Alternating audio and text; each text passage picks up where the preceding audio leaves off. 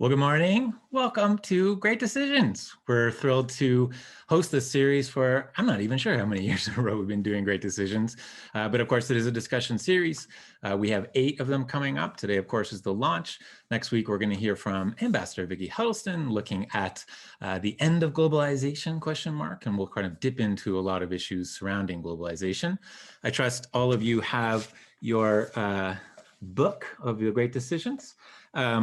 I'm only going to do one announcement of a new series that we're launching. It's called The Russia Disruption, and that launches on February 24th. We're going to have all kinds of big name speakers.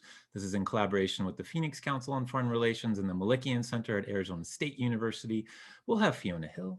We'll have Marie Yovanovitch from the former U.S. ambassador to Ukraine. And on the 24th, we're going to start off with an amazing session with Paul Colby, who's at Harvard, was at CIA for a super long time, a Russian journalist and a British journalist talking all about the poisoning of Navalny and what happens next in the Russian opposition.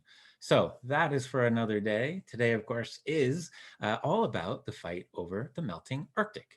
So we have a couple of things lined up for you, and we're having a bit of a technical issue getting Ray Arnaudo, the president of the American Polar Society, in. We're going to figure that out. And so before we go to our panelist at the present moment, which is Rich Moriarty, I am going to show you a little video here about the movement of sea ice in the Arctic. So here begins our conversation. Just before I say that as well, this is of course a webinar on Zoom and not a meeting. I do want this to be a discussion. So if you would like for me to unmute your microphone so that you can speak and share what you have to say, you can raise your hand. You can put into the Q&A box that you have something you'd like to share. And otherwise, you can just type in your question, comment, observation into the Q&A box. We have lots of time to get to those. So this is about you and your thoughts and your discussion, and on and on and on we go. So raise your hand, put it into the Q&A, and we'll bring you in. So here is a little video on the melting of the ice.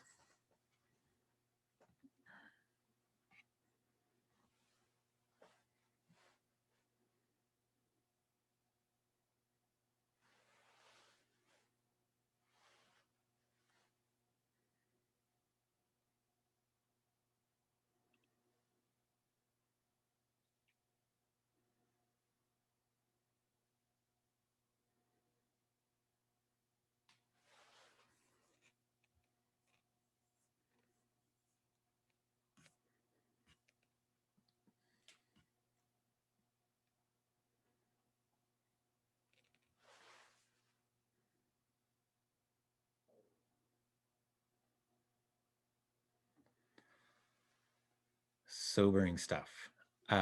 So that, of course, is the frame for our discussion today.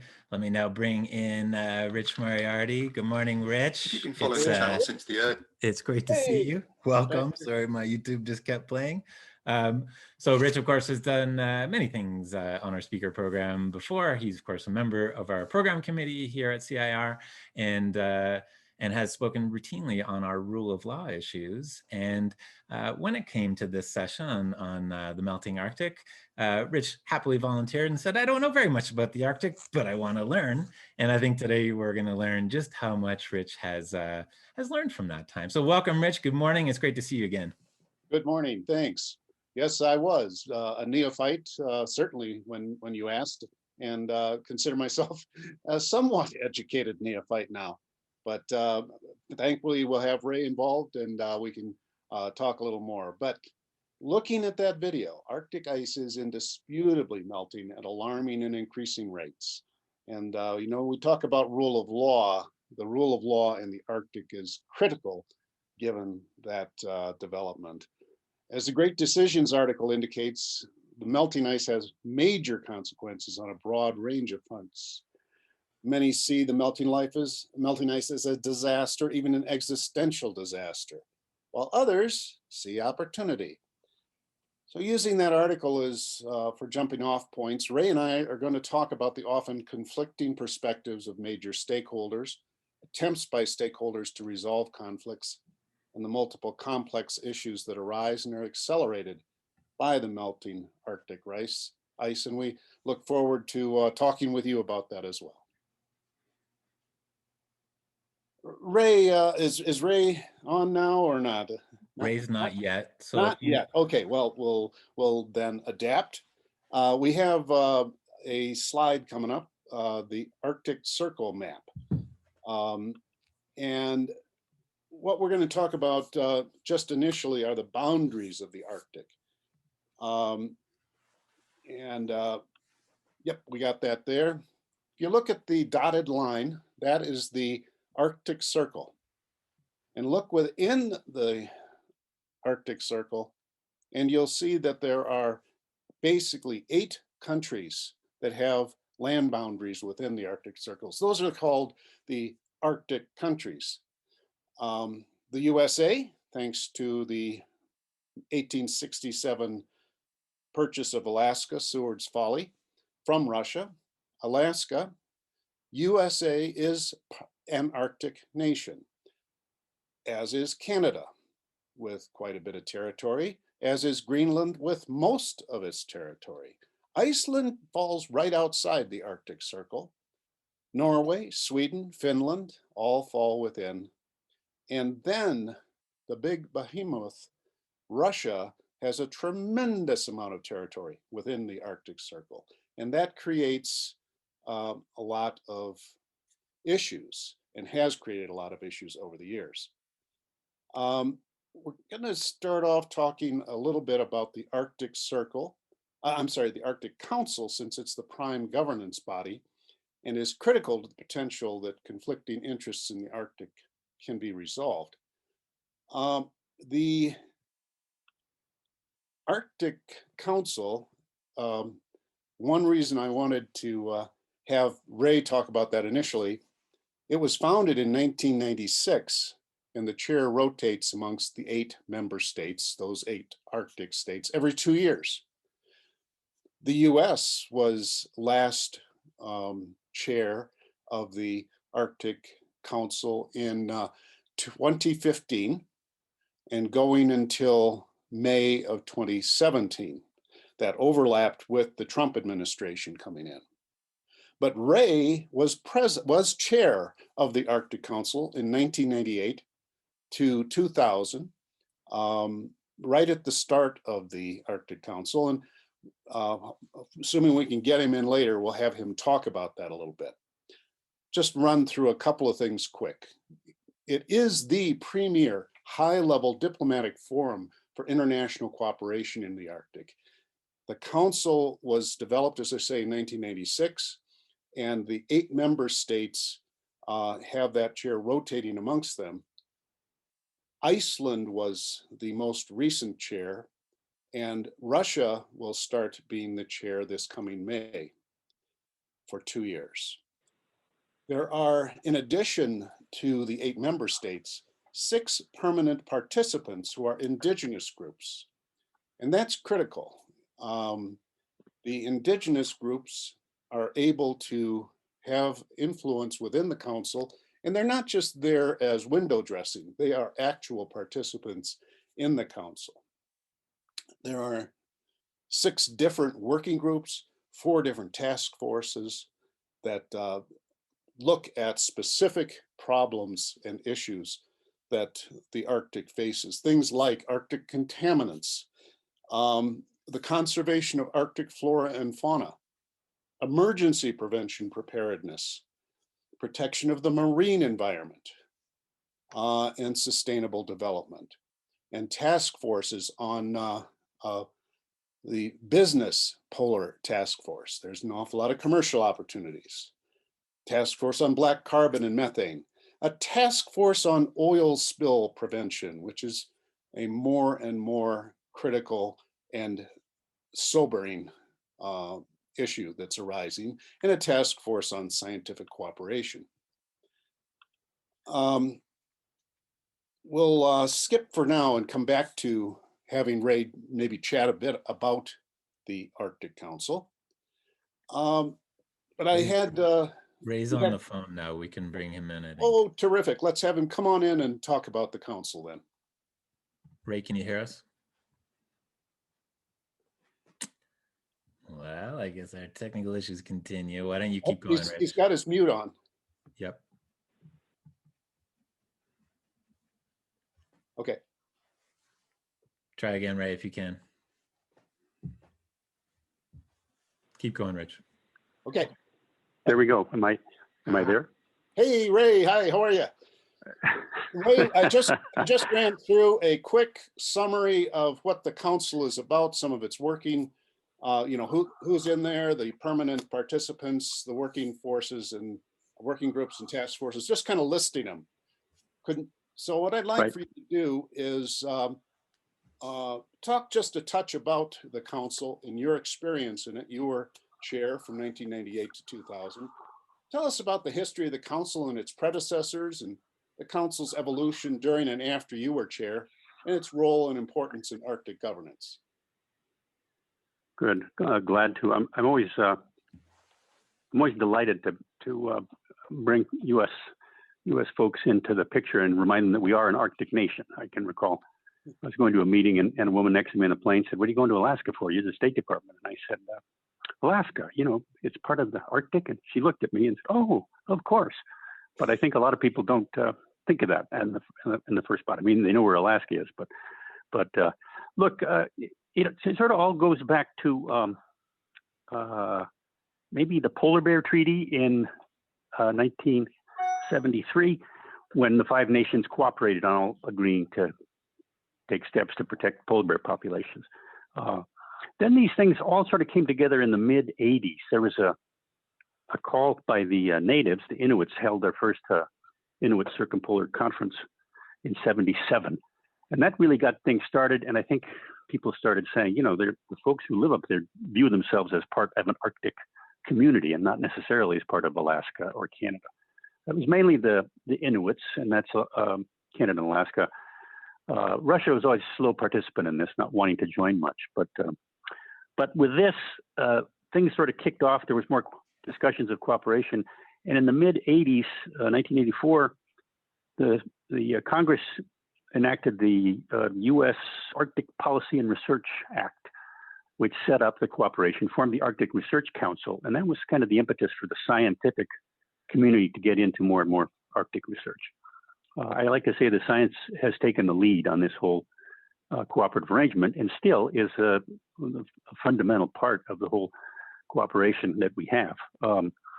And then the Russians gave us a signal that they were going to join because Gorbachev, who was the prime minister, president of the Soviet Union at the time, gave us a very famous speech which tracked a lot of the things that were being said in the Arctic science community about we need cooperation, we need to pay attention to the natives, science is very important.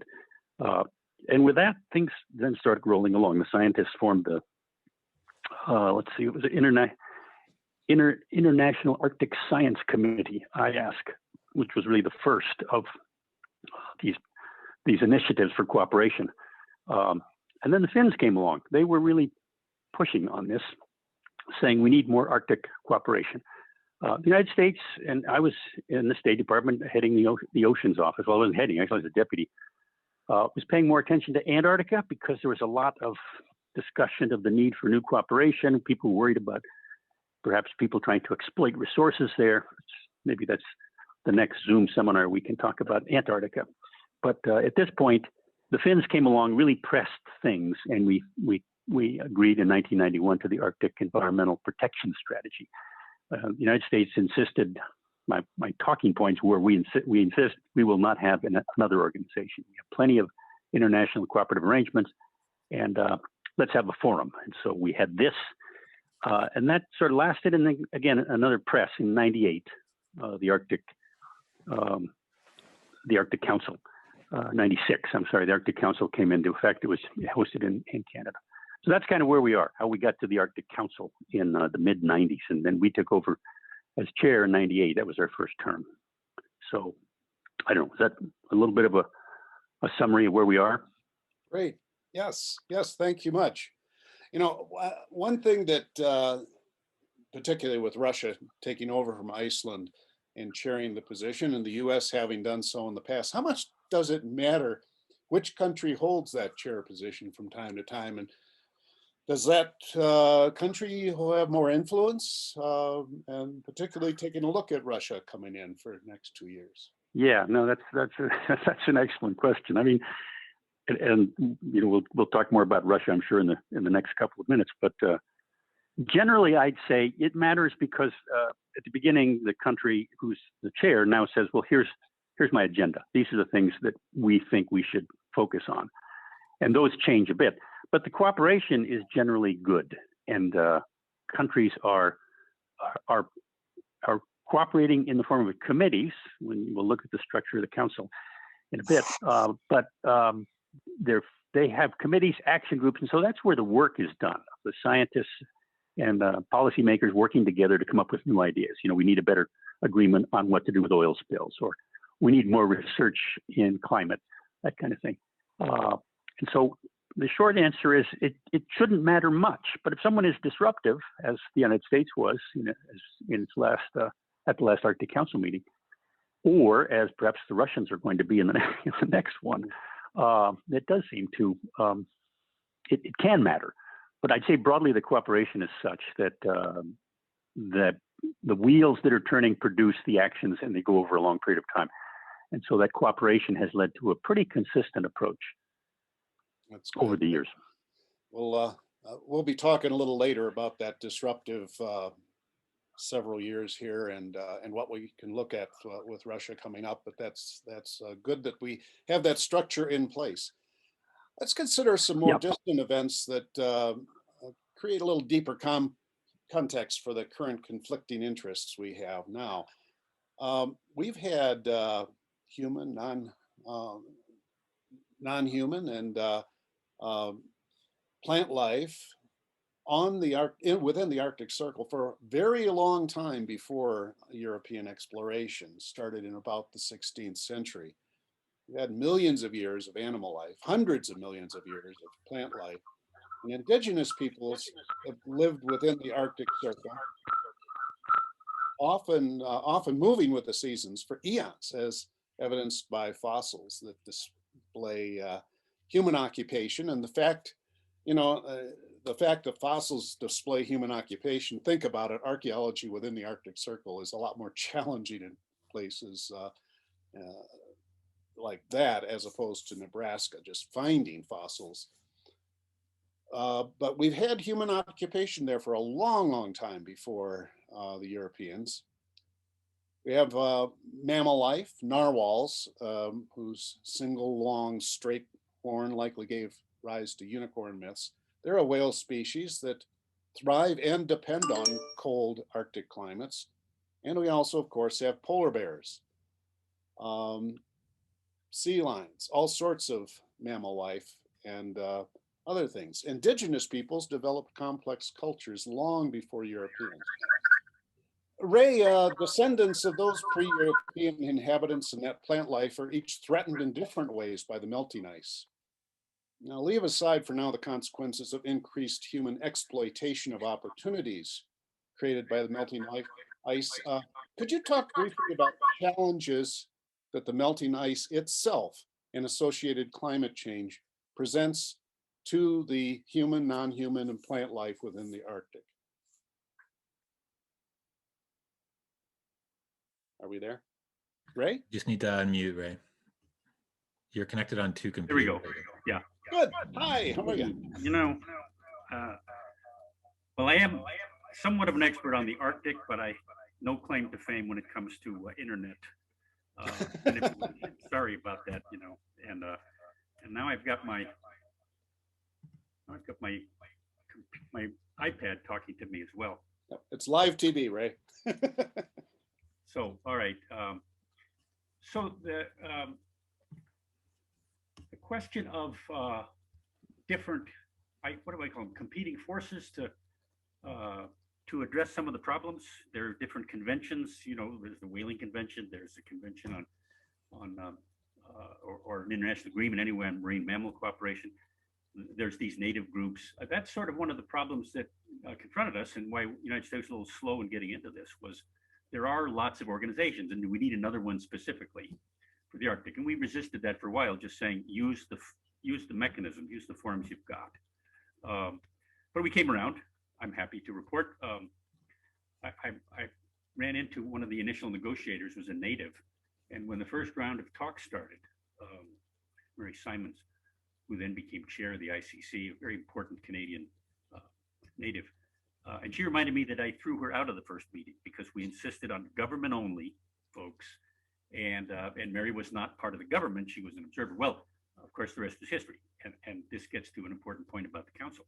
We put the natives as different than just observers. I mean, they're on national delegations, but they also are a force unto themselves. They are represented as permanent participants. It's distinct from non-governmental organizations as observers.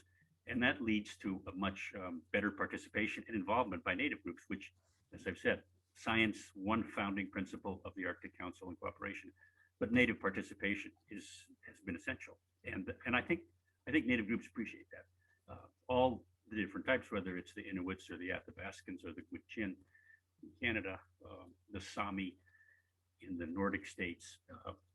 Russian participation with native groups has been a little less than stellar, because I think, things run more out of Moscow than other countries, things out of capitals. And so that we did have an agreement on Bering Straits cooperation about passage of vessels. But again, this seemed to be people from Moscow who were attending the meetings rather than when we held the meeting in Alaska. It was natives and Alaskans who participated.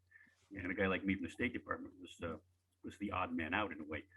So I'd say this: managing the various fora that allow the cooperation we need has been a problem to manage. And I think broadly the Arctic Council has done that, saying, there's certain things that are done by countries that have jurisdiction over fish resources, for instance. And then again, another important point, we've also managed to say the military has its own methods of communicating, and we should keep it out of the Arctic Council. That this is a non-military council organization, and frankly, we'd prefer it if the North is as non-military as possible. Now, again, that's been thrown into a little bit of a cocked hat with Mr. Putin telling us that he's going to beef up his military strength. But I guess we can talk about that a little later. But I don't know if that covers all the issues, but a quick roundup. Good time to jump right into that. We did have the Cold War creating intense interest by Russia and the U.S. in the Arctic. And then U.S. and Canada cooperated to create missile launching, missile defense systems in the Arctic Circle due to the ability, the substantially closer proximity to Russia going north over the Arctic than either east or west. And the U.S. interest was also signified by, for example, the USS Nautilus being the first submarine to traverse the Arctic Ocean under the ice in 1959. So militarization hasn't just been, of course, Russia, it's also been the U.S. After the Cold War ended, U.S. interest did wane. Ray, let's talk a little bit about I guess the military interests, but the other interests too. Could you just kind of briefly note the evolving interests of the U.S. and Russia in the Arctic from the end of the Cold War in 1991 to the start of the Trump administration, January 2017? Well, as I said, Gorbachev started a process of, we thought, better cooperation. And that went for a while until it didn't. Then Gorbachev was ousted and Mr. Yeltsin came in for a short time. He was pretty ineffectual.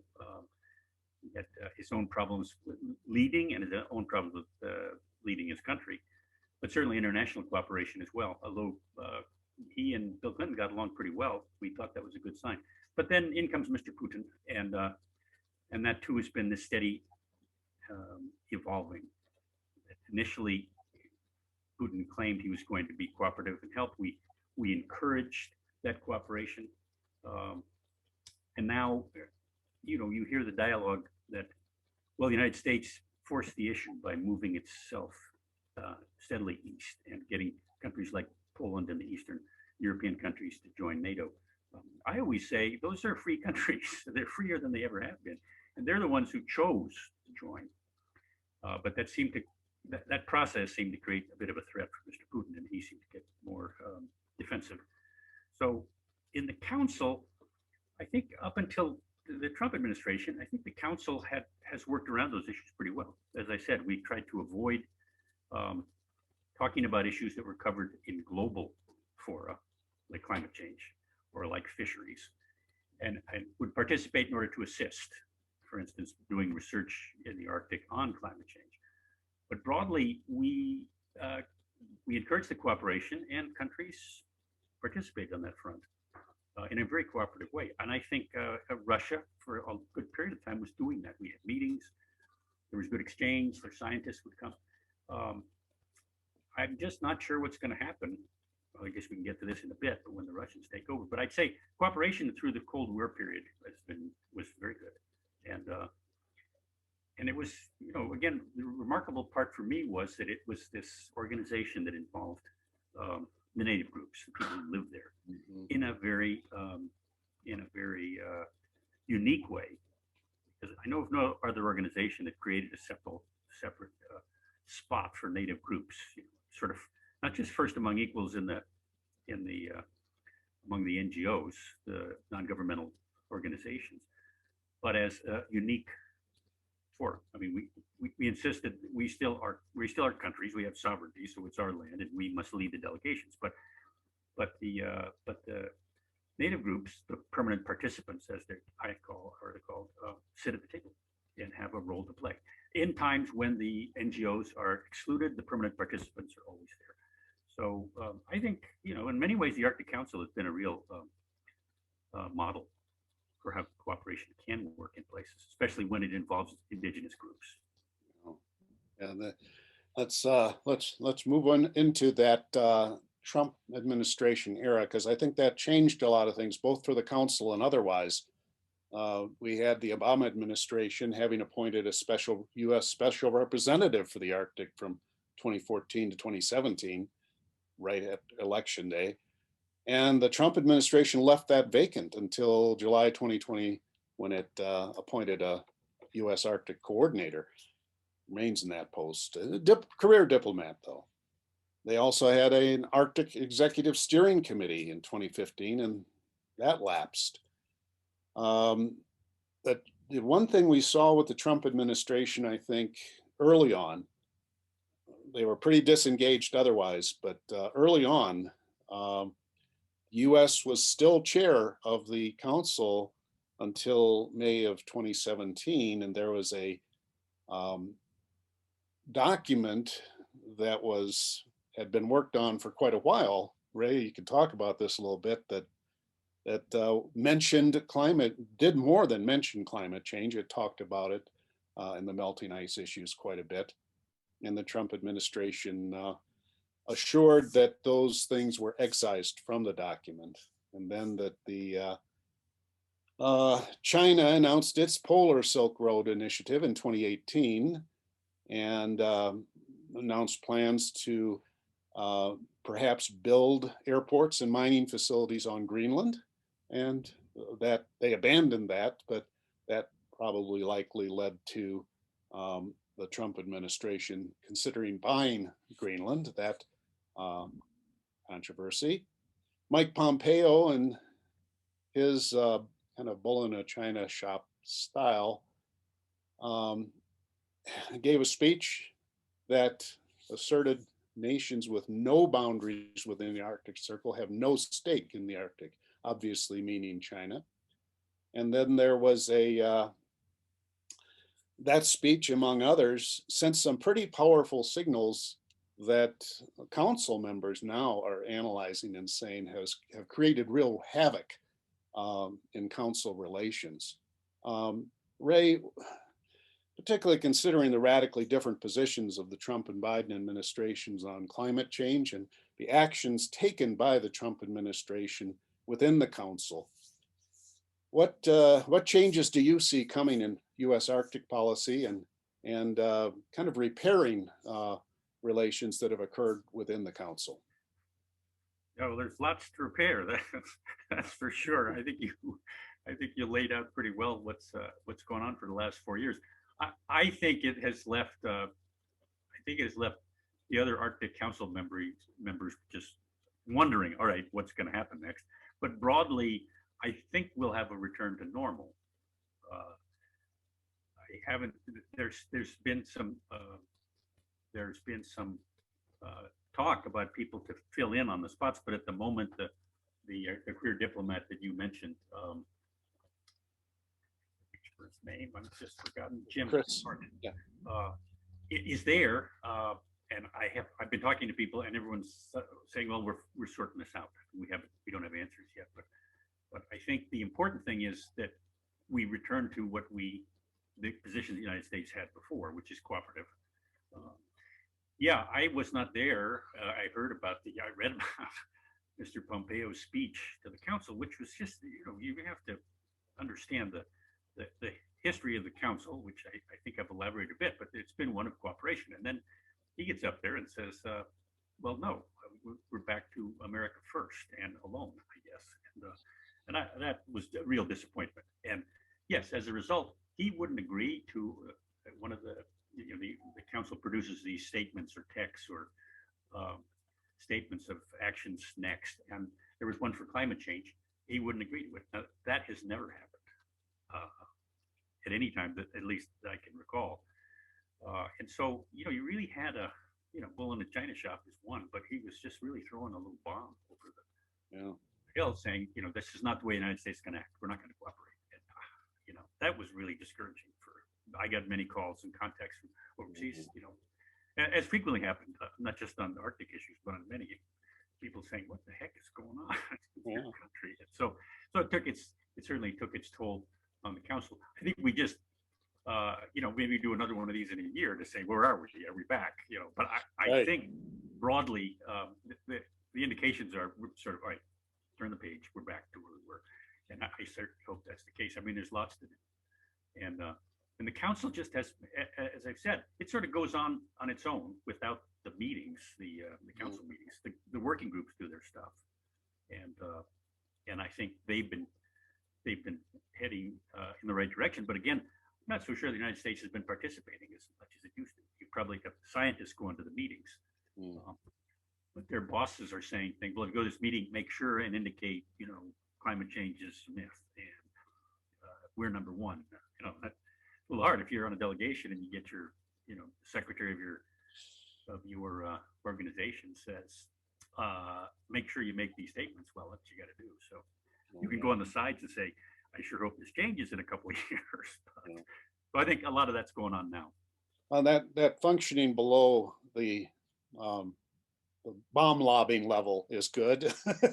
But, one of the continuing consequences, I think we both read some articles about it, some of the continuing consequences of Pompeo's approach could well be the militarization efforts that Russia is engaging in.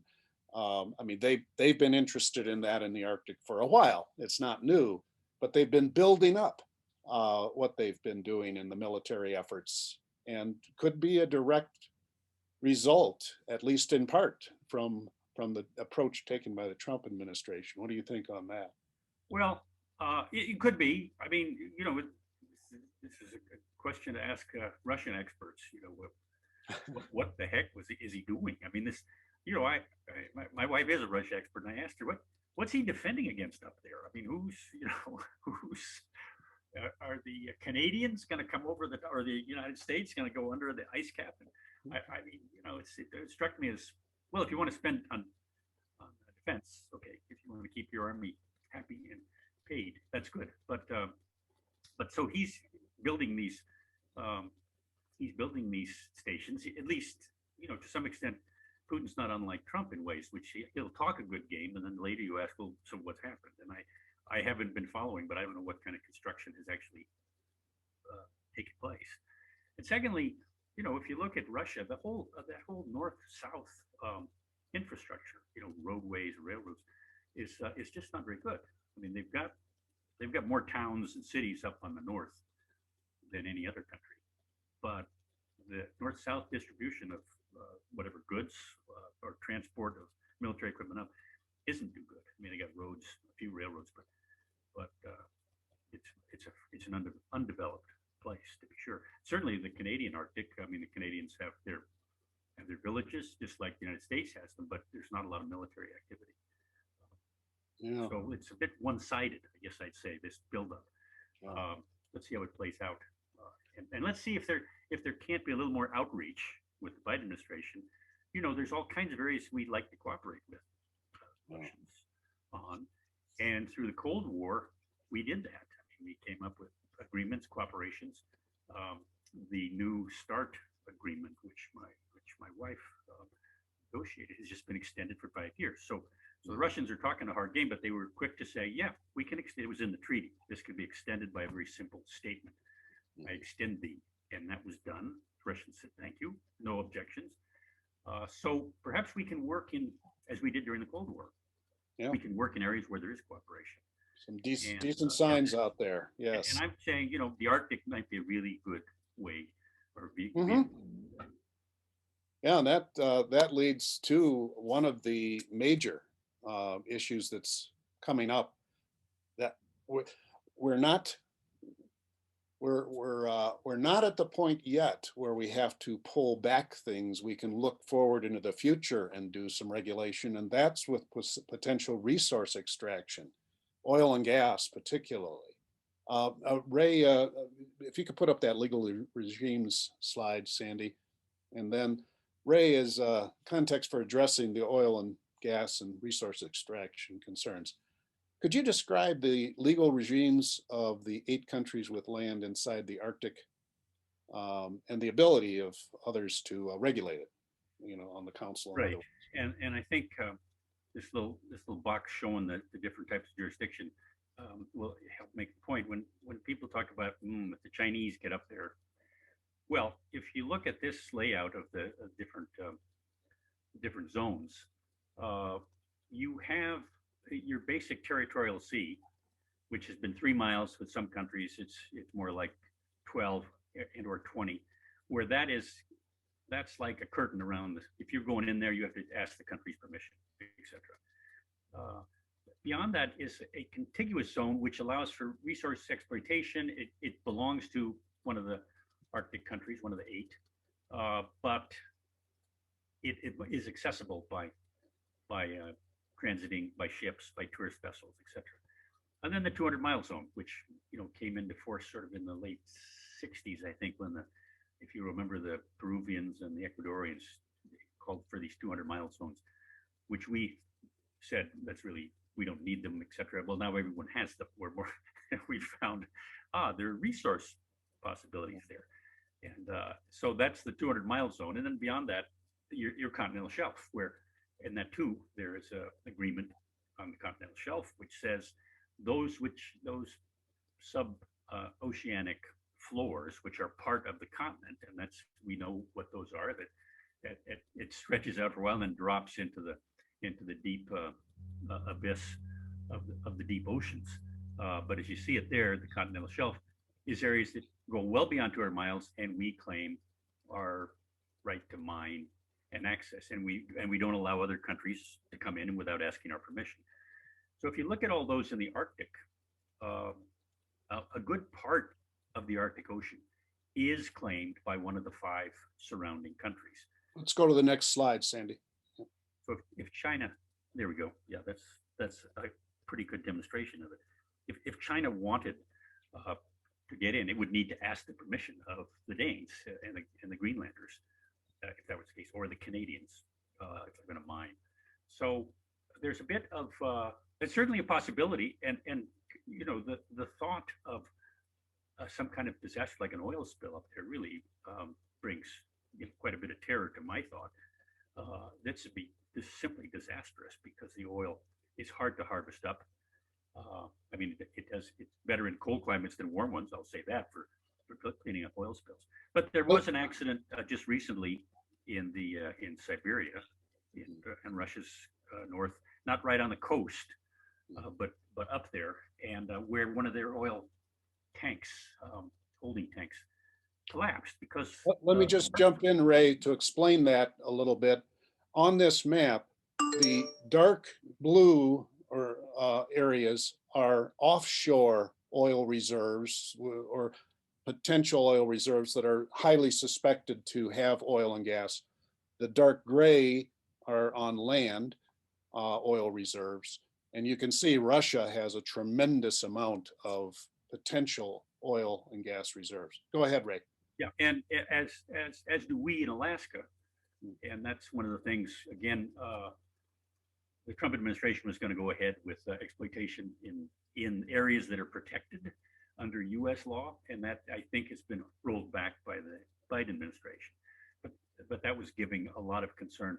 Things like mining off the coast of Alaska as well. There's not off the coast, but close to the coast, which created a huge amount of concern for the natives and the fishing industry, which I guess put that one on hold for a little while. Now, I presume the Biden administration will continue with preservation of the resource as opposed to exploitation, mining exploitation.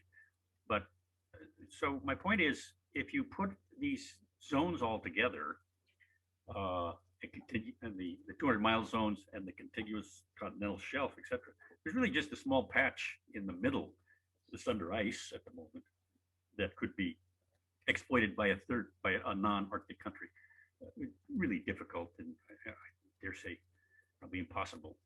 Not impossible, but very unlikely. So I've never been quite as worried about that exploitation taking place, given the current mentality of Arctic countries, which preserve the land, be resource-minded, and be concerned. There are some treaties in force that talk about things like oils. There's one that talks about oil spill cooperation and safety. And so the Arctic countries have confronted this. There's an organization to look at it. And I think we'll see those kind of rejuvenated under the Biden administration. Yeah, we'll, it's up till now, it's been okay, but a 2008 geological survey estimated there are 90 billion barrels of oil, about 1,700 trillion cubic feet of natural gas, and 44 billion barrels of natural gas liquids that are potentially available under the Arctic Circle. And, you know, when you talk about having offshore oil wells, particularly on the on the continental shelf or whatever, think about the Deepwater Horizon spill in Louisiana. It took 87 days before that underwater well, the leak occurred below water, and it was 87 days before it was finally capped. About 200 million gallons of crude oil was released, and only 17% was directly captured by BP. Most of it was minimized through dispersants. Dispersants, as a reminder, don't clean up oil. They just break up oil into smaller globules. Don't remove it from the environment. So visualizing oil wells being drilled offshore in the Arctic in a spill of that nature, Ray, the idea of proactively trying to regulate, we already have some treaties involved, but really trying to proactively prevent or at least minimize the potential of those kind of things. What other prospects? Well, you know, I think good, only because of the types of cooperation that we've seen in the past. And I think the threat of an oil spill or a blowout or some mining disaster which spills residue into the Arctic Ocean, it is there, but I think countries are very mindful of it, and I think will resist. Now, with Russia under Putin, it's not so clear. They're very eager to develop their resources. Oil and gas is a big one for them, as you pointed out with those numbers. I mean, it's a huge amount of their national wealth. This is not the time to go into discussions about alternate sources of energy, but one would hope that that things like solar power, wind power, and nuclear power. I mean, that seems to be on the outs as a potential resource these days generally. But perhaps if we get safer methods, it might come back. I mean, certainly that is a extremely renewable resource. But other sources, because yes, if we continue to operate on the need for more and more oil and more gas reserves, natural gas, and if you were to start mining or exploiting it in the Arctic, it's only a matter of time before there'd be some spills. And yes, it would be a disaster. I mean, there's simply no easy way. We don't have a lot of resources. You know, you can go into the icebreaker fleet of the United States and talk about that a little bit. It's not very good. There's been some call for building more icebreakers. We'll have them in 5 years or so. Let's see how that plays out. I hope it'll play out. But Russia and Canada both have a lot more icebreakers than we do. And those are the things you'd need to get in there and do the cleanup. But as you point out, it's not cleaning up so much as dispersal. And that, I mean, the impact is just terrifying. Having been in the Arctic, these pristine places, and the wildlife that's up there, that just makes us a hot mess. And we let's hope that stronger, wiser heads prevail on discussions about limiting this type of exploitation, because especially the oil. I mean, that's the one that's messy. Yeah, and it sounds like we have to turn away from the Pompeo threatening mode into more cooperation between Russia and the U.S. In the Arctic, particularly. Right. Well, hold that thought. Yeah. Right. Hey, Sandy, did you want to be moving on to questions? I've got other things we could suck up another hour easy, but you probably have questions. Yeah, let's take a few questions from the audience. This is a discussion group, and I know that folks have a lot of things to say. Let's start with a comment from Judith Alger. Hey, Judith. Hi, Bill. And she says, my husband and I were in the Arctic 2 years ago. Because we were told that the Canadians had only 2 or 4 Coast Guard vessels and there had just been a few emergencies, they were unable to help our ship through a major passage. The message was that there is very little protection in the Arctic. What do you think about that? Well, I talked a little bit about the icebreaker resources. Certainly the Russians have the most. Other Nordic countries, the Norwegians have a pretty good fleet, but not so much for the far north. In general, because it's a little bit like looking at icebreaker protection in Antarctica.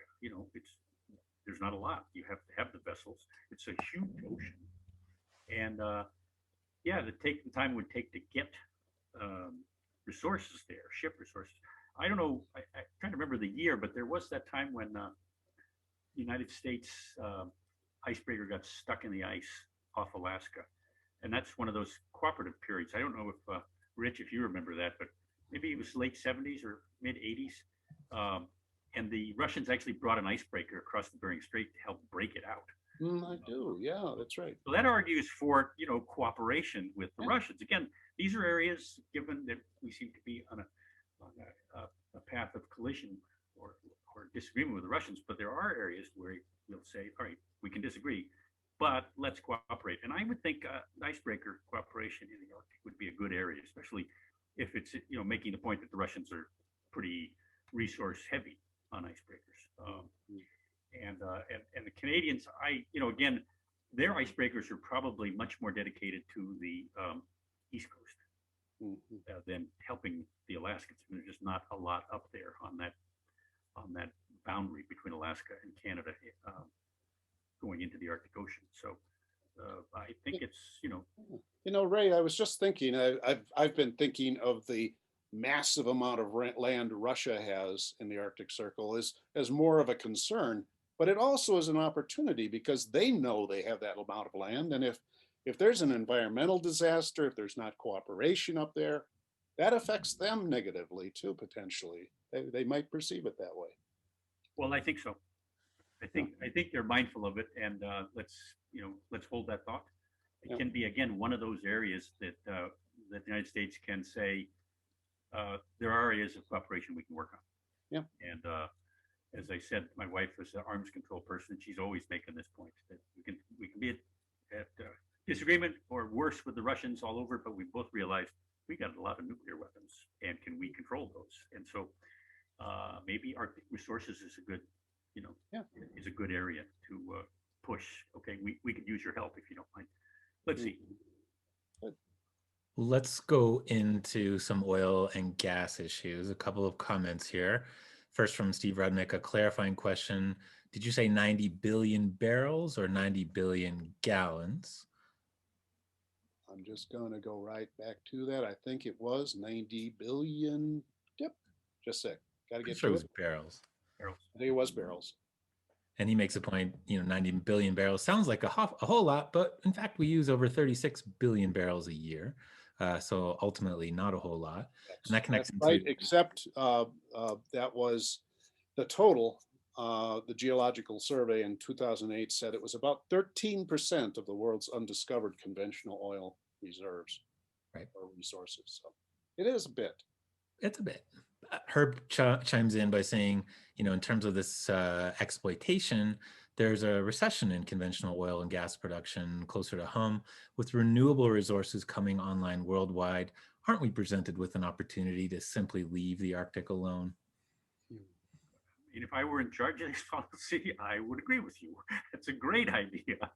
I mean, the other, just a small bit, but one point to mention, black carbon as a result of burning of fossil fuels. The black dust that goes to the atmosphere comes back down, settles in the earth. And in a place like the Arctic, Antarctic, which is totally white and reflects the sun, so the sun's rays, bounce off as opposed to going in and melting. Well, if you start coating that with more and more dust, more black carbon, then you're speeding up the melting process. I mean, so I'm with the questioner on that. If we could, if there was a way to say we don't need it, I think that's a great idea. We took that step in Antarctica where countries got together and agreed to ban any resource acquisition for 40 years when we did it. I think we're good till about 2040. Because again, that's a place where we don't know how much oil and gas is down under the ice in Antarctica, but it's lots. Just judging that it's normal way continents are shaped, they estimate huge amounts of oil and gas under the ice cap in Antarctica. And I think we live without it. And I like to think we can live without it in the Arctic as well. But as I said, I'm more on the environmental protection side than the Department of Interior and its exploitation interests. Well, that's the Antarctica model, so that's good. Yeah. And that's a great segue to a question from David King. Given everything we've just talked about with the Arctic, are there a similar set of issues, concerns, organizations for the Antarctic? Oh yeah, sure. Well, can we go another hour and we'll talk about Antarctica? Let me just say, it's very simple. Antarctic Treaty signed in 1959, came into force in 1961, has just been a model because there are countries who claim parts of it. There are 8, I think, including the Brits and the French, the United States, and 5 others, the Australians, the New Zealanders, Norway. The United States and Russia both have said we resist that. We think the Antarctic Treaty is the solution. We maintain the right to claim parts of it, which never have gone anywhere. But it's more a cooperation of, you guys have these claims, let's just ignore them. There's been great access. We have the rights of on-site inspection, unannounced inspections to make sure that no bad stuff is going on down there. There was a big threat when the treaty was signed that the Soviets then, and then possibly the United States, would conduct weapons in there, maybe, set off a few nukes in this uninhabited area. Well, the thought is now laughable, but that was a concept. So the treaty is put in place, followed by one that protected Antarctic seals, then followed by one that protected the marine resources. In other words, the fishing rights around Antarctica. Those have worked very well. Some problems, a little more exploitation going on than some of us would like in Antarctica now, fishing by countries like Norway and China. But broadly, the mechanism for cooperation is there. And then there was also an agreement to come together and ban mineral exploitation. And in the end, that fell apart. It's another story, but primarily some countries felt if you put a treaty in place which talked about regulating mining, then that would lead to mining. So this is a bad idea. The United States pushed this because we said, no, on the contrary, it was a unanimous consent agreement. It would have said if anyone wants to mine, they have to get the agreement of all Antarctic countries in the treaty, which would never happen. But at any rate, that stopped. The treaty was not endorsed in the end, but we did agree to a ban on mining, and that's good until I believe 2038. And that also, I would think, will be extended. That's 20 years away, but I would think will be extended. People really have a sense of hands off the Antarctic. I think much more so than the Arctic, where people, countries are closer to it. They have resources are there. They're on their own turf. So I think the Antarctic is a place to look for how the cooperation can work. Well, I think we definitely have to have a program on the Antarctic. I think it's really important, and there's a lot more to say about it. A couple more questions here. Let me There's a just question. say, if you have one, it would be nice if you'd fly me down to Antarctica and I could broadcast. Yes. Yeah. Good. All of us. How about that? I've heard the internet's better from there. Yes. I'm in. I'm game. Right. Question about coronavirus. We know that transportation has always opened up lines for viruses around the world, whether it's HIV. Coronavirus, we believe, is better preserved in the cold. Any thoughts on coronavirus in terms of its expansion or potentials by these new transportation, seaways that have opened up in the Arctic? Any other public health considerations that go alongside the opening of new ways? Yeah, this was one I'm not aware of any specific programs that would say we must be on guard for this. Although I just presume countries are doing that. The Russians are the ones that are most active with the most activity, the more towns in the north. So I'm not sure, how much, if anything specific, is being done for in that regard for the Arctic. I agree. The cold weather is one. Cold weather is one thing that could stop it, right? If viruses do better in the warmth than the cold. But I am not aware of any great outbreaks or anything like that as within the last couple of months. Right. And a question just really on this issue of shipping and shipping issues. As the ice melts, creates more opportunity, more possibilities for shipping. I guess, what does that mean for the world economy? And is this going to radically reshape the way in which, for example, China delivers a lot of its goods to the United States? Or what are the broader implications in your perspective of these new sea lanes opening? Yeah. Hey, Sandy, I'll throw up that slide with the sea lanes. Okay. Give me a minute.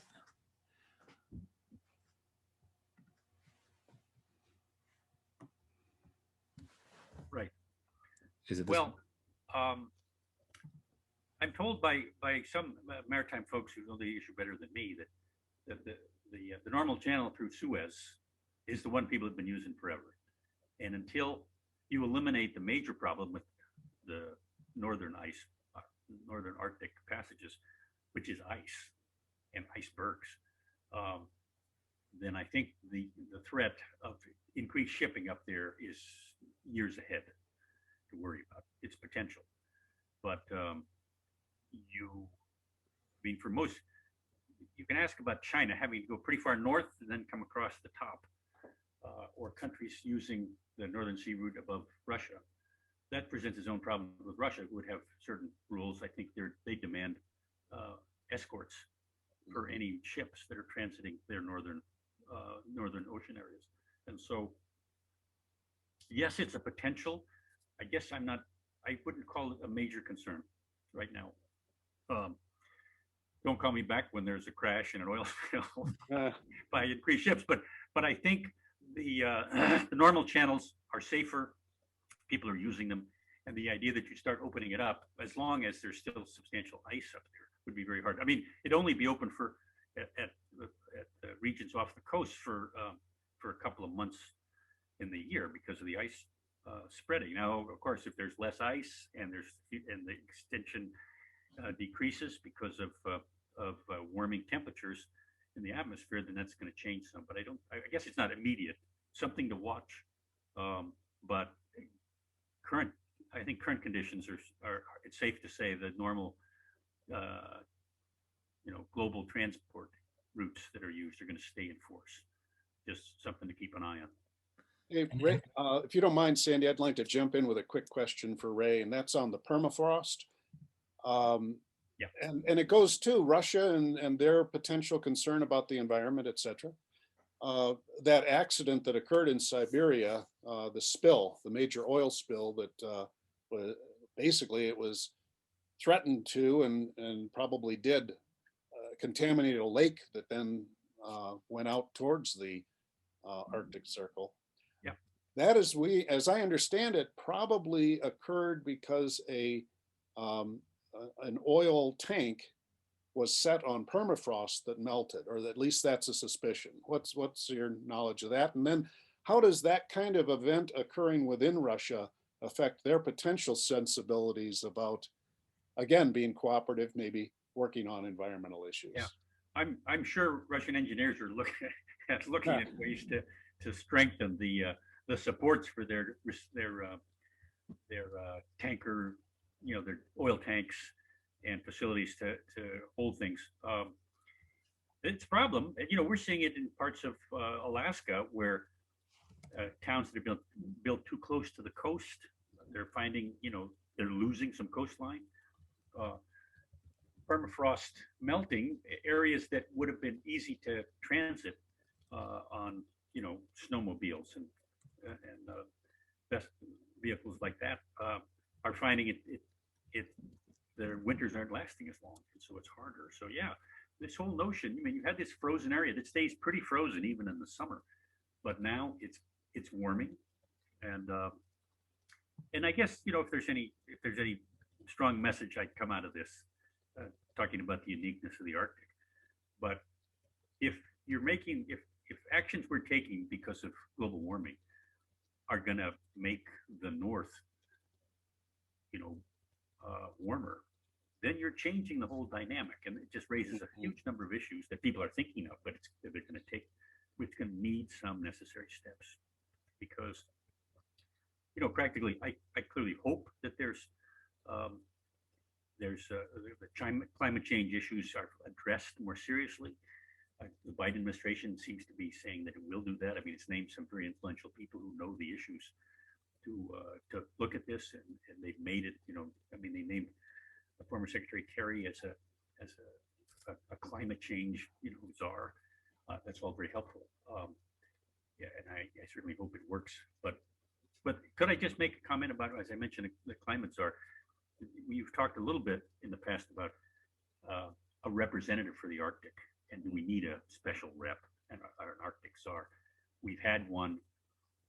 They've been named. I simply, whenever this comes up, I make the point: if you simply name a person to go give speeches and you staff him with one staff or two, not going to be much good. You need the Arctic czar to be part of the bureaucracy so that he can control the resources. And I found this when the first one was named. I think it was a former Coast Guard commandant. I think he was named Arctic Special Rep in the 90s. Papp, Admiral Papp was his name. Very nice guy, very knowledgeable. He'd run polar icebreakers. He knew the Arctic. But if he's outside the loop, he doesn't run the interagency committees. He doesn't have resources or the ability to task certain cabinet members to do this or build that or not build this or take these protections. So the idea of a person in charge, great. But I would just submit it ought to be, an assistant secretary.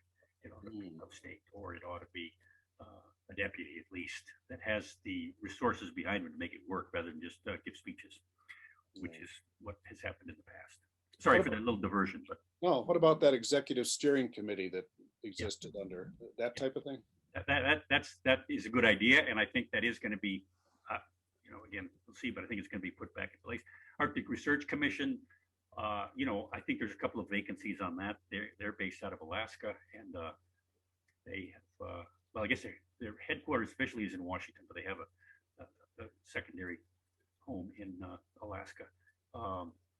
That's the kind of stuff you need. The research helps us determine what steps to take and how to take actions that we all need, backed by science, as opposed to we don't want to look at the science. So I think that part's optimistic. Let's see where it goes. So why don't we wrap up our discussion by talking about the military? I know that's not a small discussion, and there's lots to say about that. But I guess a couple of things, one, and Dudley Hafner asked this question, and it's also in the article, talking about submarine activity, fear of submarine activity, the use of ice as all kinds of, decoy or hiding military intent. So get you to comment on that, but then also, what's the role that NATO has played, given that this cuts through a few different countries that are part of NATO, and is NATO, active in the area, or how does that all kind of work? Well, of course, answer the NATO question first. That's that's a cooperative regime. There's not a NATO force as opposed to the Norwegians or the United States or the Canadians. They operate within. I don't know that they've stepped up their activity substantially, but given the Russian approach, which is to say we need more military and we're going to be more active up there, I presume you're going to have some response to that. The Arctic Council has prided itself on talking about issues of the Arctic, protection, environmental, sustainable growth, and said the military, it's a separate issue that ought to be addressed by the military forces. And to some extent, I think that's going on. I'm not aware, I'm simply not aware of any stepped up activities other than normal. All right, we should send a few more icebreakers up there. The United States doesn't have much to send. That's the problem. We're way behind on that, and I think there's legislation called for to build new ones, but that's going to be it's going to be down the road. American legislation prohibits the use of foreign vessels in our military, so we can't simply buy a couple from the Swedes or the Norwegians or the Russians. They have to be American hulls and American built, and we don't have much capability in that because it's been depleted over the years. And they're talking about rebuilding, but let's see. And one problem with we're not doing much, but the Russians in the last couple of years, again, perhaps pushed on by Pompeo and Trump, etc., but they have been building military facilities in places that they didn't exist before, adding to and upgrading prior military facilities. So that is a true concern about what they may be up to. And as far as NATO, I agree. It's the Russians would not want NATO to get directly involved. In fact, on the Kola Peninsula, right next to Finland, they have major military facilities, both defensive and offensive, that they've been putting in the last couple of years, and that is concerning a number of people. Yeah, but on the good side, the Russians did recently, last year or two, settle their boundary claim problems with the Norwegians. So very good point. Yeah, seem to have a way of dealing properly with the Russians. The Finns certainly have come a long way since their since their days as a fiefdom of the Russians. But there's activity on that front on those countries. So I think that's a good sign. Potential. And that was a long-standing dispute. So the Norwegian-Russian one. Yeah. Yeah. Sure. Well, of course, there's a boundary problem between us and the Canadians, on in the Beaufort Sea. And we claim a straight line extension of the boundary, and the Canadians have it going a little more to their side. I mean, giving them more land, more water. And there haven't been any discussions about that. It hasn't caused any problems. We're getting along pretty well at the moment with the Canadians, so we don't have to worry. Well, Sandy, you might want to jump in on that. We try, as a representative of Canada, we try. And certainly there's so much to think about when it comes to the Arctic. It's amazing to think of how much this has changed, in the last 10, 20 years. It's amazing to think of how much more is going to change as ice recedes, as my home country becomes more and more arable, more and more land can be farmed, more and more minerals are exposed, more and more oil and gas, and on and on and on we go. It's staggering. Ray, Rich, we could talk about this all day long. I think I'm going to make both of you promise that we will come back and talk about the Antarctic, because I think it's absolutely a bookend of this discussion. I guess that's a very punny way of putting it, but it's a bookend on this, and it's a whole set of connected and yet very different issues. And I would love to invite you to come back and speak with us. So Ray, let me thank you so much. I didn't introduce you properly at the beginning, but you're the acting president of the American Polar Society and someone who has been thinking about these issues for many, many years. So thank you, Ray, for joining us. We really appreciate it. If you host that Antarctic meeting down on the ice, I agree to come. Good. Thanks. And Rich Moriarty, thank you so much. As always, a great pleasure having you and your great insight on our program. We appreciate it. Thank you. Thank you very much. And for everybody else, of course, you know, we have our next Great Decisions on the next Tuesday, a week from today at 10 a.m. We'll have Ambassador Vicki Huddleston speaking about the end of globalization. I have confirmed the remaining 2 speakers for the last 2 sessions, which are currently escaping my mind, but it will be Dr. Todd Greentree doing both of those. So we have, you know, some amazing people coming up on the Great Decisions program. We're thrilled that you could join us here today. Be sure to hop on tomorrow at 10 a.m. We have Brad Allenby from Arizona State University.